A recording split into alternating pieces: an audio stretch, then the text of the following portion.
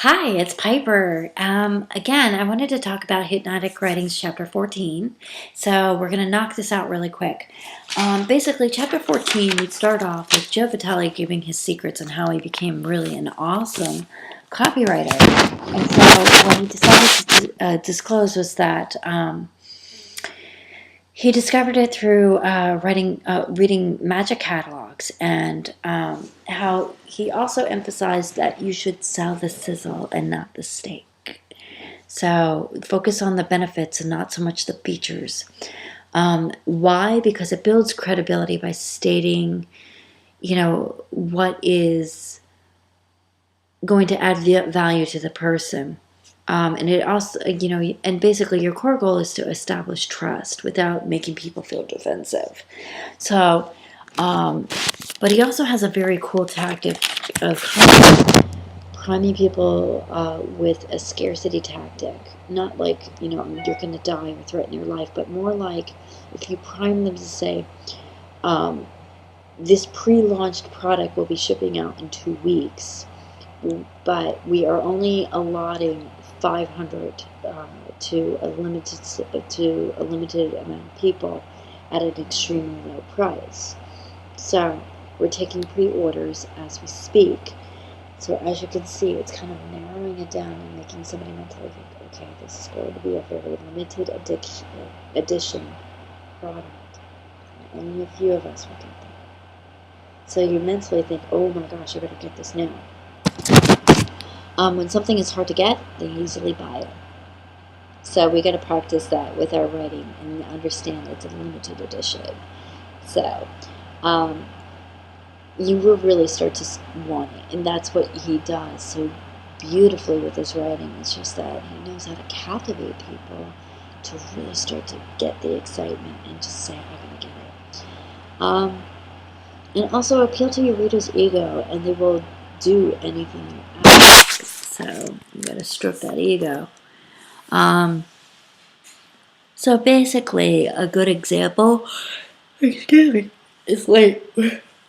It's not you, it's just that it's late. By example, he says he's selling like a lemon that pulls a dollar bill out, and he's pretty much saying to the magicians, so you want to be the star of the party, and so you want to do this amazing trick. And so he continues to like build up on the ego and saying, people will love you for this wonderful trick that I am going to show you. And he also answers all the objections. Are the lemons real? Can I use any lemon at all? Can I use the dollar bill at any all?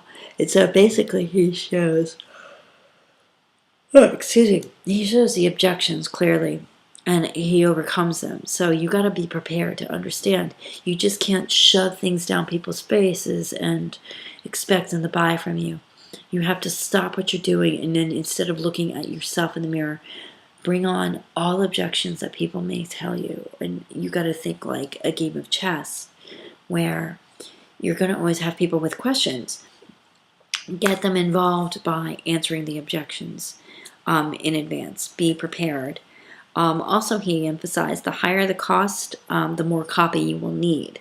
So you can't just ask for $1,000 product. You need to kind of allure people. So, magic catalogs are great. Just, go ahead, go to the website and check it out, because it will also give you some really colorful metaphors that you can use in your own ad copies. There's a lot of words out there that we probably have omitted from our vocabularies that we need to reintroduce. Something like fantastic and extraordinary instead of amazing, which is overused, and great, So don't be flat, be creative, be original, and find some really captivating sentences, and you might actually allure people that way. So, but always remember to ask yourself, what does the reader want?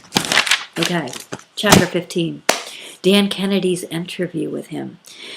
Basically, he starts off by saying, hypnosis helps you understand the mind of your reader.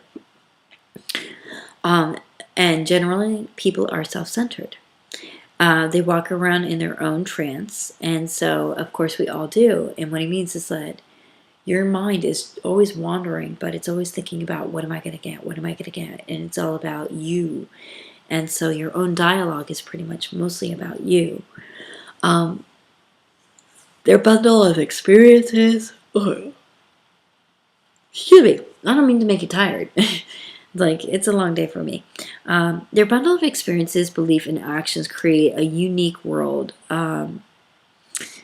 So, anyway, your first step is to understand the mind of your reader.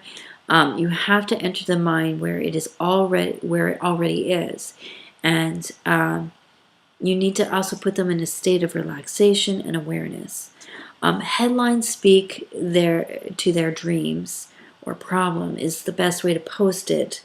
The funny thing is, a friend of mine uses something very clever and very simple. He puts and question, or I have a question. And I don't know, it just was really compelling. Maybe because I know him, and I thought he was asking me a question, but it was actually a sales copy, which I opened up and listened to anyway. I don't know if that's good or not, but I just thought it was compelling for me to just say, oh, somebody wants to ask me a question. I don't know. You could try it and see if it works, and if it converts, great. If not, then I don't know. Anyway, but building out a very catchy headline. You could also use and swipe other people's copies, and if it makes you click, then use that headline too. It's okay. It's not called plagiarism. It's called success. You have other people teaching you how to do it. Just get creative, and basically what you like is what other people like anyway. So, but yeah, when you build a letter, you have to present it where the reader is inside his head. Start talking about dreams, desires, features, and that will flag them with intention.